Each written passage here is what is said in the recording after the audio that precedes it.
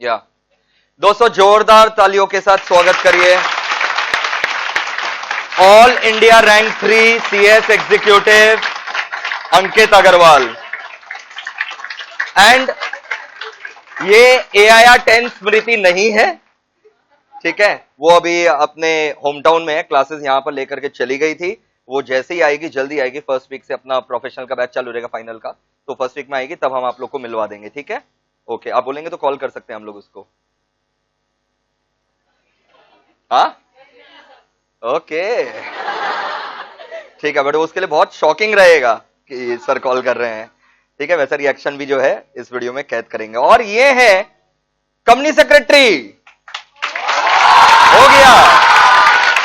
और हो जाना बड़ा बात नहीं है, बड़ा बात है तीनों ग्रुप एक अटेम्प्ट में बिना टर्म डेफर किए तीनों ग्रुप एक अटेम्प्ट में ठोक डालना। जबकि मेरे को पता है सिलेबस इज ह्यूमंगस, नॉर्मली 3 में से लोगों का 2 ग्रुप होता है, 1 ग्रुप होता है, बट ऐसे बहुत सारे बच्चे हैं जिनका तीनों ग्रुप भी साथ में होता है, ठीक है। और भी बच्चे हैं, मैंने इनको आज बुलाया नहीं था, मैंने इनको बुलाया था आपके लिए, बट इनका प्यार है कि ये खुद ही इस समय पर आ गए। और क्या टाइमिंग था। तो अभी ये आपको एड्रेस करेंगे कि सबसे पहले अंकित आपको एड्रेस करेंगे, ठीक है। देवलिन थोड़ा देर बाद हम लोग को मिलेंगी। आराम से आप बैठिए कुर्सी पे। अरे कोई तो यूज करो उसको। तो अभी अंकित हम लोग को एड्रेस करेंगे कि आखिर ये ऑल इंडिया रैंक 3 जो है वो कैसे आता है, बट उसके पहले एक छोटा सा token of appreciation. Well done Ankit. हाँ अच्छा, इनका सीए भी है, तो सीए इंटर भी इन्होंने एक अटेम्प्ट में क्लियर किया था, रैंक से मिस हो गए थे, बट सारा कसर जो है ना सीएस में निकाल दिया। And it's more difficult to make your parents proud when the parents have already achieved so much success in the life. His father is also a chartered accountant, so becomes very difficult to impress your father when your father has reached such great heights, ठीक है। It becomes very difficult, but इसने तो पूरा एकदम ही nailed it, all in rank 3, ठीक है। इसने CA inter में भी लॉ ऑडिट यहीं से किया था, सीएस एग्जीक्यूटिव में भी सारा लॉ के पेपर्स जो है इन्होंने यहीं से पढ़े थे, तो बहुत प्राउड फील होता है ऐसे बच्चों को लेकर के, सारा मेहनत ऑब्वियस बात है इनका। और ये एक छोटा सा टोकन ऑफ एप्रिसिएशन आपके लिए, डिजर्व इट। ये कुछ भी नहीं है, इसमें हम लोग ऐसा नहीं है कि रिवॉर्ड्स दे करके मतलब तोल रहे हैं, आपका रैंक का इंपॉर्टेंस को कम कर रहे हैं, बिल्कुल नहीं। जैसे माँ बाप जो बड़े खुश होते हैं बर्थडे वगैरह में, कभी तो खुश होते होंगे तुम लोग से, बर्थडे में या कुछ भी, या बर्थडे में तो क्या अपना खुद का एनिवर्सरी जब उनका होता है, मम्मी पापा को कुछ देते हैं कि नहीं देते हैं? 100 200 500 1000 2000 कुछ तो मिलता होगा, तो क्या है वो ब्लेसिंग की तरह, वैसे ये भी है, ठीक है। और फाइनल में 25% स्कॉलरशिप है फॉर रैंक होल्डर। ओके, अब अंकित हम लोग को बताएगा प्रिपरेशन स्ट्रैटेजी। पहले अंकित को जो बोलना है वो बोल देता है, उसके बाद हम क्वेश्चंस पूछेंगे, ठीक है। आप लोग का जो क्वेश्चंस आता है दिमाग में वो सब पूछेंगे। पहले ओवर टू अंकित। हाँ, now I am getting out of the frame.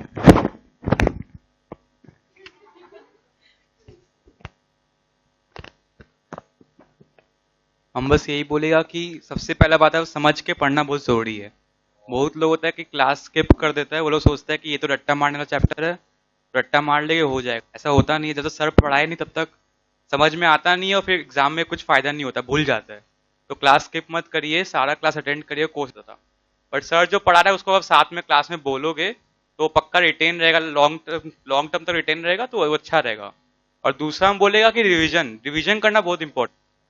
बहुत लोग 2 बार रिवीजन करते हैं और सोचते हैं कि ये सिलेबस मेरा बुक ही कंप्लीट हो गया वाला, पूरा सब्जेक्ट कंप्लीट। ये बात गलत है, जब तक एग्जाम ना आए तब तक करते रहो रिवीजन, कोई लिमिट नहीं है 5 6, ऐसा कुछ नहीं कि हम 6 बार किया तो सबको 6 बार ही करना पड़ेगा। आप 8 बार करो वो भी अच्छा है। आपका स्ट्रेंथ किस में है, वीकनेस किस में, अगर वीकनेस जिसमें तो आप ज्यादा रिवीजन करो। कोई सब में आप वीक हो, आपको नहीं आता तो और ज्यादा रिवीजन की जरूरत है, उस हिसाब से को पढ़ना होगा। और फिर मॉक टेस्ट देना बहुत जरूरी है। जैसे हम मॉक टेस्ट जो है अभी तक सारा मॉक टेस्ट हम दिए, चाहे सीए में हो सीएस में हो, कहीं से भी मतलब कोई कॉल आया, कोई मैसेज आया कि मॉक टेस्ट है तो हम चला जाता था, मतलब हम सोचता नहीं था फिर प्रिपरेशन हुआ है नहीं हुआ है। हमको पता है जितना भी आएगा हम लिख के आएगा। और मॉक टेस्ट में हम जो देखा कि कुछ लोग क्या होता है ना, एक ग्रुप बना के लिखता है, ऐसा होता होगा, आप देखे होगे, उससे पूछ रहे हैं क्या हो क्या आंसर, तो उसका कोई फायदा नहीं होने वाला ना, क्योंकि आपको तो पता ही चलेगा कि आपका क्या पोजीशन है उस समय। तो इससे अच्छा है कि खुद जितना आता है उतना ही लिखो, फिर घर चले जाओ और फिर आगे का पढ़ाई करो। दूसरा जो ग्रुप बना के पढ़ते हैं ना, उससे कोई फायदा नहीं होगा, क्योंकि ग्रुप बना के अब लिख रहे हो, सब कुछ अब मिला, तो आपका मार्क्स भले ही बेसी आ जाए, इम्प्रेशन भले ही सर के सामने अच्छा हो जाए, बट उससे कोई फायदा नहीं होना, रिजल्ट आपका फिर उतना अच्छा नहीं होगा। हाँ सर, होता, हम देखा भी है। हाँ, देखा है सर। तो वही चीज है। और दूसरा कि एक ही मैट पे डिपेंड है, मतलब ऐसा नहीं कि जैसे सर का मैट है तो काफी है ना, तो उसको और आप लोग दूसरा मैट यूज करते हैं। बहुत लोग होता है कि मुनीष भंडारी का मैट, ऐसे बहुत जो मैट आता है। हाँ, तो अलग अलग मैट का कोई मतलब नहीं है। जो मैट आप इस यहाँ पे ट्यूशन ले रहे हो, आप मैट ले रहे हो यहाँ से, तो वही मैट पढ़ो ना, क्या मतलब है कि सर। हाँ। हाँ, तो इतना सारा मैट आता है मार्केट में, इतना सारा मैट है, सब कुछ आप लोग लेके खरीद तो लेते हो, सबसे पढ़ने की कोशिश करते हो, तो कोई फायदा नहीं होता। एग्जाम में क्या होता है ना, आपको पेज याद आएगा। एक्चुअली आप इस मैट से पढ़ रहे हो, अंडरलाइन कर रहे हो, हाईलाइट कर रहे हो ना, तो आपको पेज ही याद आने लगेगा कि हाँ, इस पेज में हम ऐसा कुछ हाईलाइट किए थे, तो तो आपको वो एक ही मैट से करना है, कुछ अलग उसमें लिखा हुआ होता भी नहीं है। खाली क्या होता है, वो फॉन्ट और साइज वो सब अलग होता है। उसमें क्या आपको पता नहीं क्या अच्छा लगता है, और सबका तो फिर कलरफुल मैट भी होता है, तो उससे यार आपको क्या चाहिए, हमको समझ में नहीं आता वो चीज। हाँ। हाँ, स्कैनर क्लास जो है, जैसे सर लास्ट में स्कैनर क्लास दिए थे, तो हम अटेंड किया था, बहुत लोग मिस भी कर दिए थे, पर सर बाद में यूट्यूब में डाल दिए, तो वो लोग बच गए, मतलब वो लोग देखे होंगे तो वो लोग को फायदा हुआ होगा। और जो नहीं देखे वो पता नहीं क्यों, मतलब क्यों एग्जाम में सुसाइड की तरह एकदम, आप स्कैनर में सॉल्व करके नहीं जा रहे हो। स्कैनर में आपको पता चला है ना कौन कौन सा क्वेश्चन आता है, कौन से इंपॉर्टेंट है। और सर ना कुछ एडिशनल क्वेश्चन भी स्कैनर से कराते हैं, ऐसा नहीं है कि कुछ कुछ नया नया क्वेश्चन होता है, सर वो भी लिखवाते हैं, तो वो आ जाता है कभी कभी, तो आपको आना चाहिए। ऐसा नहीं कि ये हो गया ना, अगर ट्यूशन खत्म तो हो गया। अगर सर बुला रहे हैं स्कैनर क्लास के लिए, तो कुछ सोच समझ के ही बुला रहे हैं, तो आपको लास्ट क्लास भी जो भी हो रहा है अटेंड, सारा क्लास अटेंड करना चाहिए। हाँ, वही वैसा नहीं करना चाहिए। और हम बोलेगा कि प्रेजेंटेशन के ऊपर बोले तो आप लोग को ना हेडिंग देना चाहिए, कोई पैराग्राफ लिखा, देखो कंपनी लॉ में तो प्रोविजन, फैक्ट और कंक्लूजन हेडिंग देते ही हम लोग। ईसीएल में भी हम हेडिंग दिया, कोई हम डेफिनेशन लिख रहे हैं, भले क्वेश्चन में पूछ रहा है ऑब्जेक्टिव फंक्शन पूछ रहा है, पहले हम डेफिनेशन लिखता है, पहले हम डायरेक्ट फंक्शन में नहीं खुदता है कि पहले ही फंक्शन लिखो, डेफिनेशन कुछ डिस्क्राइब करना जरूरी है ना, तो हम पहले लिखा डेफिनेशन, उसका नीचे लिखा फिर फंक्शन, फिर उसको नीचे प्रॉपर हेडिंग देना है। ऐसे नहीं पैराग्राफ शुरू कर दिया और एग्जामिनर समझेगा कि क्या पैराग्राफ का क्या क्या है, पैराग्राफ के अंदर है क्या, वो नहीं होना चाहिए। आपको हेडिंग देना होगा, बताना होगा कि ये पैराग्राफ के अंदर ये है, तो वो, और एग्जामिनर चेक भी 4 मिनट 3 मिनट करेगा ना, तो उसको इतना नहीं है कि आप पूरा पढ़ के बैठेगा आपका, वो खाली देखेगा हेडिंग है और फिर देखेगा 2-3 कीवर्ड्स दिखा और मार्क्स मिल जाएगा। तो वही प्रेजेंटेशन में यही बोलेगा, और पहला 5-6 पन्ना बहुत ही नीट एंड क्लीन करिएगा, लास्ट में भी नीट एंड क्लीन करना चाहिए हो सके तो, बट 5-6 पन्ना तो कंपलसरी है कि नीट एंड क्लीन करे। और फिर कितना मार्क, कितना बड़ा लिखना है, 4 मार्क्स का हम लिखा था एक पेज, कभी एक से थोड़ा ज्यादा हो गया, जितना मार्क्स है उतना ही लिखे, और जो पूछ रहे ना क्वेश्चन में वो तो होना ही चाहिए। ऐसा नहीं कि बहुत बार क्या होता है, क्वेश्चन कुछ पूछ रहे हैं, आता नहीं है तो लोग कुछ भी भर दे रहे हैं, टाइम भी जा रहा है, मार्क्स भी नहीं मिलेगा। अगर आता है तो उसको उतना ही, उस मतलब जो आता है वो तो डालना ही पड़ेगा, जो उसमें पूछा है वो डालना ही पड़ेगा, और फिर थोड़ा एडिशनल आपको देना पड़ता, डेफिनेशन देना पड़ता है थोड़ा सा, तो वही चीज है। और जो है जैसे कि और कुछ ऐसे खास नहीं है, बट रिवीजन इंपॉर्टेंट, हम यही बोलेगा बाबा रिवीजन करो, भूलोगे नहीं, सिंपल। बहुत अच्छा से समझाया अंकित आपने, एक्सीलेंट, पूरा फ्लुएंटली जो है ना एकदम। और ये सब कोई स्क्रिप्टेड तो रखते नहीं है, नेचुरली आता है वो आता है। मेरे एक्सपीरियंस के हिसाब से जो तुम लोग को क्वेश्चन है वो तो तुम लोग पूछना ही, बट जो कॉमन क्वेश्चन तुम लोग का रहेगा, सबसे पहला कॉमन क्वेश्चन ये है कि सर चाहे सीएस हो चाहे सीएमए हो, एक भी दिन का गैप नहीं रहता, तो इतना बड़ा सिलेबस कैसे रिवाइज करें एग्जाम के एक दिन पहले, सबसे पहले तो ठीक है। और दूसरा क्वेश्चन कि जब लास्ट का आखिरी 50 दिन बचता है उसमें कैसे रिवाइज करें। तो आखिरी 50 दिन यानी 2 महीना का स्ट्रेटेजी, और एग्जाम के एक दिन पहले का स्ट्रेटेजी, ये दोनों शेयर करो अंकित। सर मेरा ये है कि एग्जाम के एक दिन पहले का बता रहे, पहले कि क्या होता है, एग्जाम के एक दिन पहले आप लोग पहले से ना मार्क कर लिया करो कि ये क्वेश्चन इंपॉर्टेंट है, टफ है, तो रिवीजन करते हो ना, जो एग्जाम के 2 महीना सेल्फ स्टडी मिलता है, उसमें लिख लिया करो कि इंपॉर्टेंट क्वेश्चन ये है, ये एग्जाम के दिन देख के जाना है। आप सब कुछ तो देख नहीं सकते ना, तो आपको मार्क कर लेना होगा। ये तो ज्यादा मतलब समझ लो प्रैक्टिकल्स के लिए हो गया। और थ्योरी, थ्योरी में भी जो अपना वर्कबुक है उसमें हाँ सर, वर्कबुक में भी ना बहुत सारा क्वेश्चन जैसे टफ होता है, जो याद उतना होता नहीं है, जो एकदम दिमाग में, उसको क्यों पढ़ेगा वापस ना, जो नहीं है उसको आपको पता ही है कहीं ना कहीं कि ये मेरे को नहीं आता, तो आप उसी चैप्टर में वही चीज पढ़ो, वही चीज पढ़ के जाओ। और एक हम बात बोलेगा कि ना, होता नहीं है ऐसा, नहीं, हम जब एग्जाम देके आता था ना, तो हम बहुत थक जाता था, तो 2 घंटा सोता था। बिल्कुल सही स्ट्रेटजी है। फिर भी ना, जब क्या होता ना, 7 घंटा मिलता होगा, 7-8 घंटा मिलता होगा, तो पूरा करना पॉसिबल नहीं है, ऐसा नहीं हो सकता। तो आपको पहले से इतना अच्छे से प्रिपेयर करना होगा ना, कि एग्जाम के दिन अगर आप थोड़ा बहुत भी देख जाओगे ना, खाली देख लोगे, तो आपके दिमाग में आ जाना चाहिए।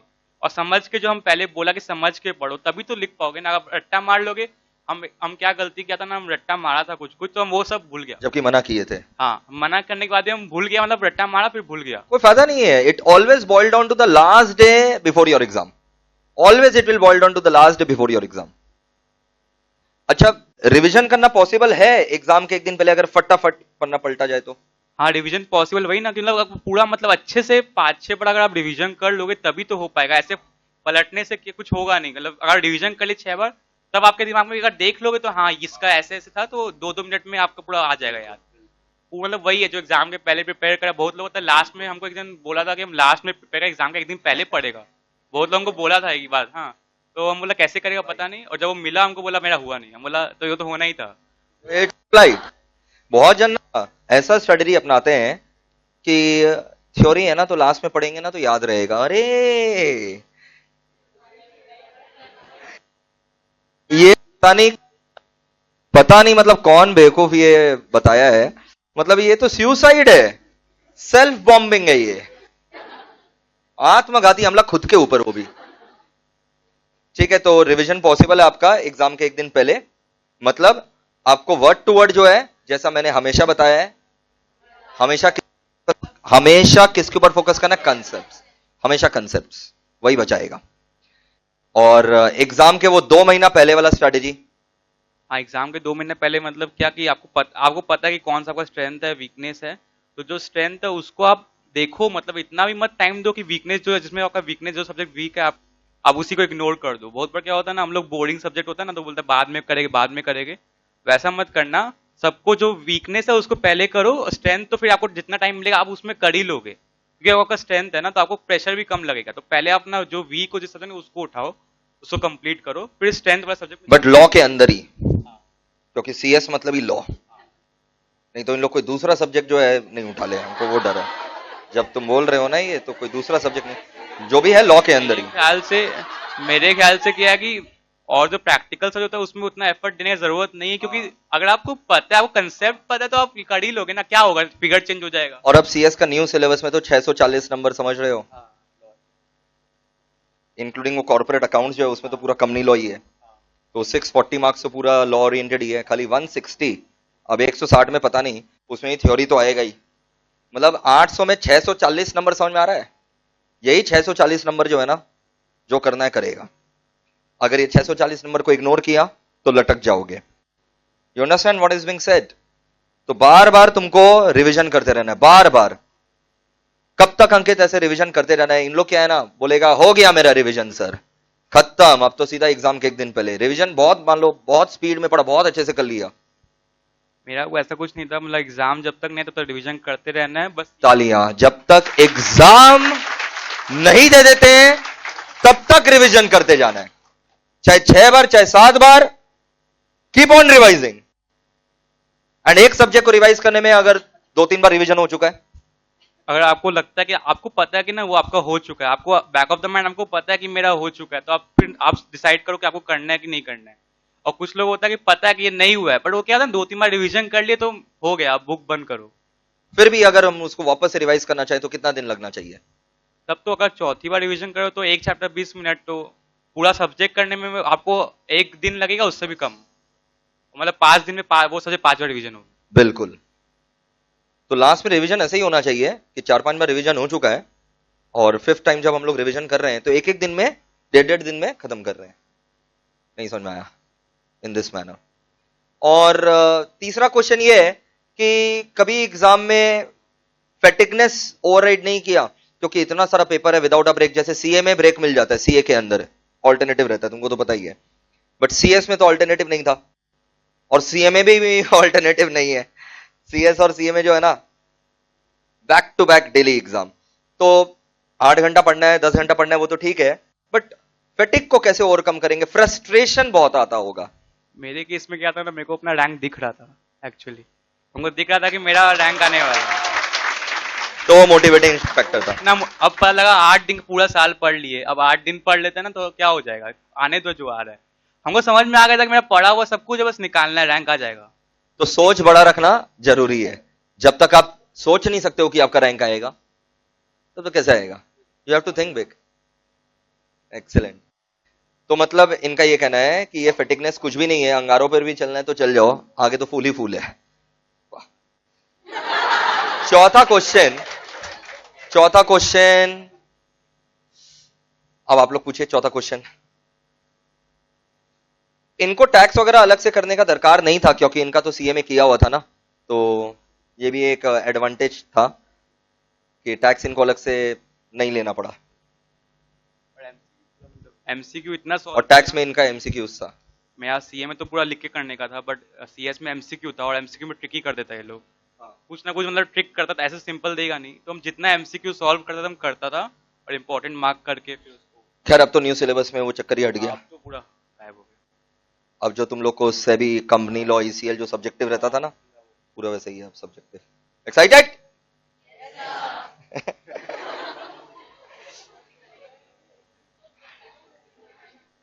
और पूछिए। Any other question you can ask from Ankit. Girl, any question? कोई क्वेश्चन है आप लोग का? Boy oh there? Time management during exam hours. हम बता रहे, मेरे को क्या था, ऐसा पढ़ाई हो गया था ना मेरा, तो हम कुछ नहीं कर किया था, मतलब जितना जल्दी रिवीजन कर सकता है कर लो और फिर एग्जाम दे जाओ, मेरे को ऐसा कुछ था। और वो 3 घंटा में क्वेश्चन वगैरह कैसे हम लोग अटेम्प्ट करें 3 घंटा में? एग्जाम में मिलता आता है ना, तो उसमें क्या है ना, आपको पहले 15 मिनट में देखना होगा कि आपको क्या क्या आता है, क्या क्या नहीं आता है। सर उसमें से हमका जो भी है 15 मिनट मत देखना। इन लोग 15 मिनट देखते रहेगा,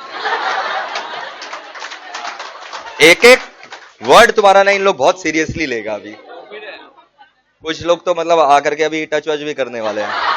तो फिर ये हो सकता है ना, मेरा सीए में इतना प्रैक्टिस था, ये रीजन हो सकता है कि मेरा सीए में इतना प्रैक्टिस था कि वो 15 मिनट रीडिंग टाइम जो सीए में मिलता था ना, उसका इतना प्रैक्टिस था मेरा कि हम देख के समझ गए हम क्या करना है, मतलब अपने आप ही हो गया वो। तो उस वजह से हमको समझ में आ गया कि क्वेश्चन करना है, ये नहीं करना है, तुरंत तुरंत हम उसको कर डाला, उसमें कुछ सोचना नहीं पड़ा। और ऐसे भी हम जब लास्ट में रिवीजन क्लासेस, स्कैनर क्लासेस करवाते हैं, उसमें बताते हैं एक क्वेश्चन को कितना मिनट देना है, क्या करना है, उससे फिर पेपर छूट नहीं सकता, और फिर भी छूट सकता है तुम्हारे, मतलब कुछ भी इम्पॉसिबल नहीं है तुम्हारे लिए। तो हम हमेशा यही बोलते हैं, क्लास 10-12 का एग्जाम में 10 ईयर्स सॉल्व करते थे अपने सब, लिख लिख करके, टाइमर ले ले करके, परफेक्शनिस्ट बनने के लिए। अब यहां इतना बड़ा प्रोफेशनल एग्जाम दे रहे हो, वो 10-12 का एग्जाम तो छोटा ही था compare to this professional exam, syllabus wise, career wise, नहीं समझ में आया। बट सीधा एग्जाम है, जय माता दी, देखा जाएगा। पेपर होगा होगा, नहीं होगा नहीं होगा, लेट अस, सीधा एकदम। और 12 का नन्ना सा एग्जाम में परफेक्शनिस्ट टीचर लोग को जा करके अपने बोलते थे, सर कंटेंट तो ठीक है सर, प्रेजेंटेशन चेक करो सर, कंटेंट मत चेक करो सर। कंटेंट हम लोग चेक कर लिया, सही है, आप प्रेजेंटेशन में बताओ और क्या करना है।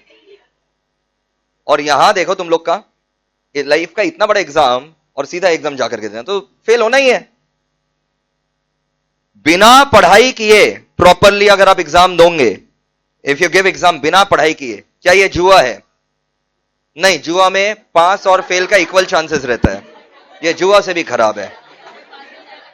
यहां पास का चांसेस ही नहीं रहेगा बिना पढ़े अगर आप एग्जाम दोगे।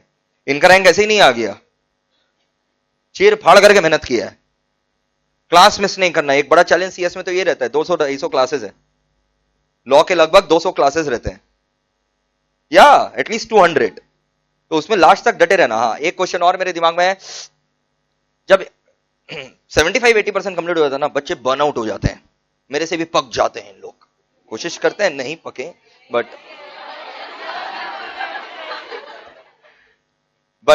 वो तो ठीक है, बट ऐसा होता है कि यार अब बस बस फुल स्टॉप। तो जैसा तुम बता रहा, सिलेबस खत्म हो गया तो पानी ला रे पानी ला। अब उन लोग को आखिरी 3 क्लास, स्कैनर का 3 या 4 क्लास हुआ था, ईसीएल से भी, कंपनी लॉ, वो आखिरी 3 या 4 क्लास इतना भारी पड़ता था कि 70% अटेंडेंस आ, 30% एब्सेंट रहते थे। तो लास्ट तक मतलब कैसे मोटिवेटेड रहे लास्ट तक कि बस करना है, इतना क्लास है तो इतना लास्ट तक करना है।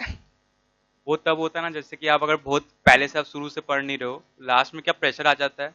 हम लोग ये भी डिसाइड नहीं कर पाते कि कौन सा एक ग्रुप दे, 1 दे 2 दे। हाँ है इन लोग में, तो अब डिप्रेशन में अभी 50% बच्चे, 25% बच्चे अभी डिप्रेस्ड हैं। एक ग्रुप दें, 2 ग्रुप दें, एक ग्रुप अभी दें कि बाद में, 2 ग्रुप देना है अभी कि एक ग्रुप देना है, और देना है तो अभी देना है कि बाद में देना है, देना है तो अभी एक ग्रुप देना है और दोनों ग्रुप देना है साथ में, तो अब बाद में दे और बाद में, और बाद में दे तो एक ग्रुप दे। इन लोग का हर एक घंटा में माइंड जो है ना वो चेंज होता है। ऐसे कितने बच्चे, हाथ उठाओ। Full hand. तो इसमें प्राउड फील करने का बात नहीं है, आपको एक साइकेट्रिस्ट साइकोलॉजिस्ट का दरकार है। हम भी ये काउंसलिंग सर्विस प्रोवाइड करते हैं फ्री में, आप मेरे चैम्बर में भी आ सकते हैं, ऑफिस रूम, शिवाजी वाला ऑफिस रूम, ठोक पीट कर गए। मतलब यार तुम जो ट्यूशन ज्वाइन किया था उसको खत्म करो, लेकिन जोक सपाट अगर शुरू से प्रिपरेशन नहीं किया तो अब तो 2 ग्रुप कहां से होगा। तो शुरू से अगर प्रिपरेशन करोगे ना, तो क्या होगा, लास्ट में उतना स्ट्रेस नहीं रहेगा, तो आप बर्नआउट नहीं होगा। मतलब क्या होता है ना कि आप लास्ट में सब लोग इतना पढ़ना की कोशिश करते हैं कि 6 घंटा सोएंगे, कुछ लोग सोते हैं जैसे उनका आदत है 9 घंटा सोने का, और सोएंगे 5 घंटा, तो वो होना ही है। लेकिन नहीं, इन लोग में ऐसा कुछ नहीं है, 6 की जगह 7 8 घंटा 9 घंटा, बारिश का समय उठे ही नहीं। वही वही है कि लास्ट में कुछ होने वाला नहीं। अगर शुरू से पढ़ोगे, थोड़ा थोड़ा करके पढ़ोगे, थोड़ा थोड़ा करके पढ़ोगे ना, तो अपने आप ही लास्ट में ना वो जो आपको लगता है ना कि तो थक गए हैं, अब नहीं हो सकता और नहीं होगा, ऐसा फीलिंग नहीं आएगा। एंजॉय करके पढ़ पाओगे लास्ट में, ऐसा लगेगा बस होने वाला है, बस आने वाला एग्जाम, बस फिर उसका एंजॉयमेंट ही करना है।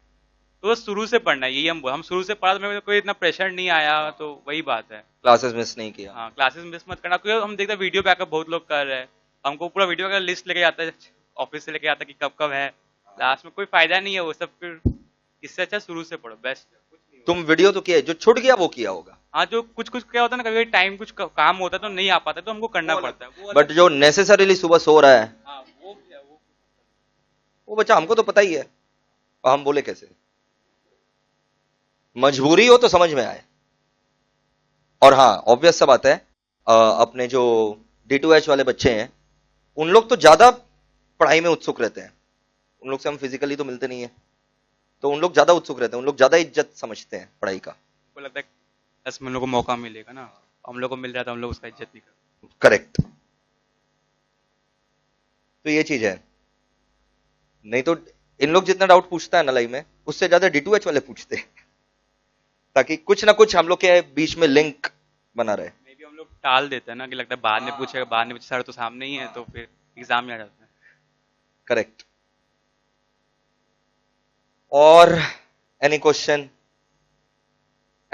आई guess now you should feel motivated to study. ठीक है, रैंक 3 आकर के इतना कुछ बता रहा है, तो अब तो पढ़ाई लिखाई चालू कर दीजिए। और जिन लोग अभी भी पढ़ाई लिखाई नहीं चालू किया है, 2 ग्रुप निकालना एक चैलेंज रहेगा। नहीं, अभी भी टाइम है, हमको लगता है निकल जाएगा। जो अभी स्टार्ट करेंगे वो अभी भी मतलब कर सकता है, ऐसा नहीं कि आप 16 घंटा पढ़ना पड़ेगा, हमको वो भी नहीं लगता। अभी भी 12 घंटा पढ़ो, उतना तो पढ़ना ही पड़ेगा, और क्वालिटी स्टडी होना चाहिए। मतलब आप कुछ भी पढ़ो तो कोशिश करो रिटेन कर सको, मतलब ऐसा नहीं कि ठीक है ना वापस देख लेंगे, ऐसा नहीं। कि कोशिश करो कि पूरा समझ जाओ, और समझ के पढ़ना, और फिर उसको उतना ही याद करो जितना इंपॉर्टेंट है। ऐसा नहीं कि पूरा मतलब ढक के एकदम याद करो, मतलब जितना इंपॉर्टेंट है उतना ही। जैसे कि मन में 2-3 बार बोल लिया, एग्जाम में कॉन्फिडेंस आ गया कि लिख सकते हैं। और हम लोग क्लास 10-12 में हम लोग करते ही थे। अब कोई भी आप देख लो, हम लोग क्या करते, क्लास 12 में 10-12 में लोग देख लिया और फिर खुद से लिखते थे, और मार्क्स भी आता ही था। तो बहुत लोग 92-93 ऐसे आया ही होगा। उसी तरह से पढ़ना है, कोई बेसिक्स ही फॉलो करना है। ऐसा नहीं है कि ये कुछ सीए में कुछ अलग स्ट्रेटेजी फॉलो करना है और 10-12 में कुछ अलग फॉलो कर रहे थे। सेम में बस क्या होता है, लोग बेसिक्स भूल जाता है और कुछ अलग मतलब होता है ना, अलग ही कुछ कोशिश करता है, लास्ट में पड़ेगा इस बार। देखते क्या होता है, तो वो यूनिट एग्जाम समझ लेता है इन लोग, बोला यार ये तो साल में 2-3 बार तो आएगा ही, सच में ही आ जाता है फिर, जो ऐसा समझता है। और ये एक बहुत मेरे को खराब आदत लगता है, बच्चे बोलते हैं सर टाइम नहीं है, टाइम नहीं है, और बोलते ही रहते हैं टाइम नहीं मिला, टाइम नहीं मिला। कभी हम डांट भी देते हैं, तुमको तो पता है। टाइम को देखो, मेरा तो 3 ट्यूशन सीए का बता रहा है, सीए में तो आपको पता है इतना ट्यूशन नहीं देता, यहाँ तो लॉ सब आपको लॉ मिल जाता है सीएस में। बैठे ही रहते हैं इन लोग, हाँ, तो अब परिवार है, परिवार का रिलेशन हो गया। अब इन लोग को जितना अच्छा हम पहचानते हैं, इन लोग मेरे को जितना अच्छा पहचानते हैं, घर वाले नहीं पहचानते। अब सीए में भागा दौड़ी रहता है ना, क्योंकि लॉ तो है बट फिर कॉस्ट भी, टैक्स भी, अकाउंट सब कुछ करना है। इन लोग का सब यहीं पर है। तो उसमें क्या है कि आपको टाइम क्या होता है, बीच में पढ़ लो, ट्यूशन के बीच में देखो थोड़ा तो गैप मिलता ही है। ऐसा नहीं कि आप ट्यूशन में जाते हैं, क्लास स्टार्ट हो गया, आप आधी घंटा पहले पहुंचते हो गया, 20 मिनट पहले पहुंचते तो उसको उस समय पढ़ लो। सर जो पढ़ाया है उसी को अगर आप पढ़ लोगे ना, उसके थोड़ा देर बाद ही तो कितना बार इसी चीज के लिए हम आकर के खाली डांटे हैं, इसी चीज के लिए आकर के डांटे हैं क्लास में, कितना बार। उस समय हम जो देखते हैं लोग बात कर रहे हैं, मोबाइल चला रहे हैं, तो उस समय हम सोचता था कि हम थका हुआ नहीं है, हम उस समय क्या 2 घंटा क्लास सुबह करने में क्या थकान है ना, तो कुछ थकान नहीं है। तो इन लोग लगता है पहाड़ तोड़ दिए कुछ बच्चों को, इन लोग को मतलब कुछ बच्चों को। हम सोचा था पढ़ लेता उस समय, और फिर जब रात को घर जाके 9 बजे घर पहुंचा, अब उस समय अगर थक गए मान लो तो सो सकता है ना, क्योंकि मेरे को पता है हम सुबह कर लिया है।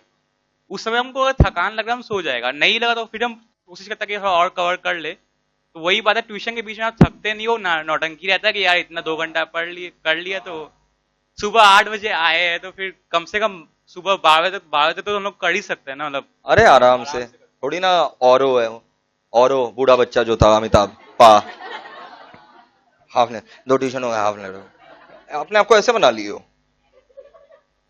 बाहर में देखो मजदूर लोग कितना काम करता है, और मेरा और आपका तो कुछ भी काम नहीं है। सोल्जर्स का ड्यूटी इमेजिन करो, जस्ट इमेजिन, कुछ भी नहीं है हम लोग उसके सामने। अगर तुम लोग बोल रहे हो थक गए हो तो, और ये बार बार बोलोगे ना टाइम नहीं मिल रहा, टाइम नहीं मिल रहा, मां सरस्वती सुन लोगी और बोलेंगे तथास्तु, टाइम दो इसको, टाइम पे टाइम, टर्म पे टर्म, टाइम पे टाइम मिलते ही जाएगा। टाइम कम है ना, और दिया जाओ 6 महीना और 6 महीना जाओ, साल भर और चाहिए, और टाइम चाहिए, सफिशिएंट टाइम है। Thank you Ankit for motivating them, बहुत अच्छा।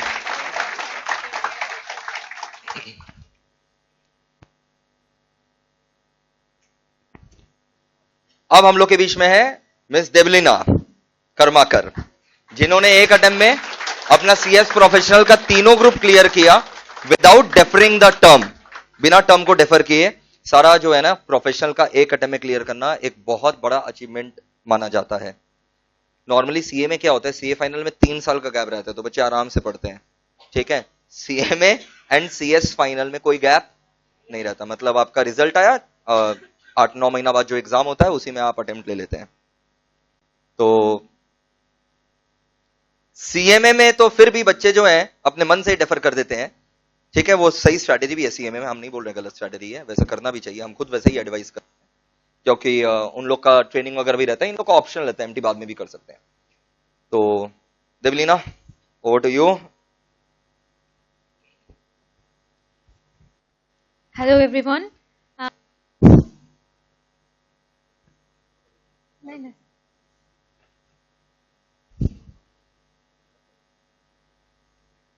Yeah, I have cleared the whole CS Foundation Executive and Professional in first attempt without deferring any term in any level.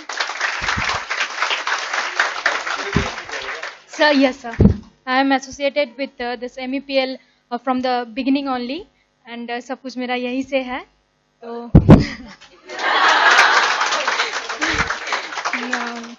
तो देखो कुछ basics I would like to advise you guys कि अपना जो attitude है ना वो हमेशा सही रखना।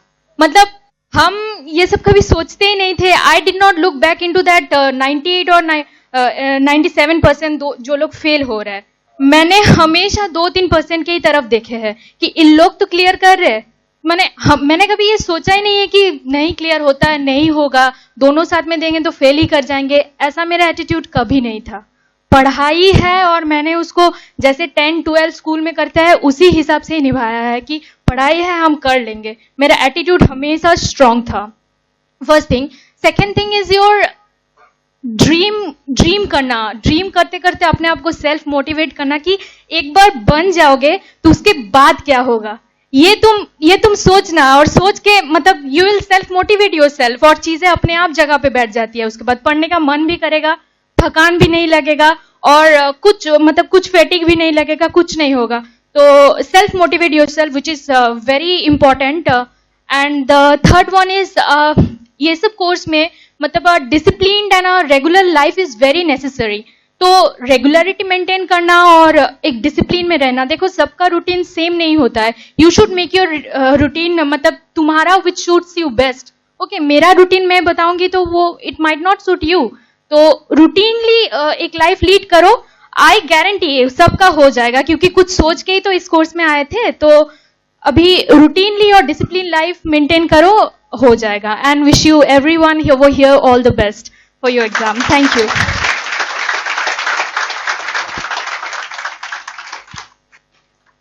एक छोटा सा आपके लिए token of appreciation, Devlina, all the very best. God bless you for your future endeavors. Take care.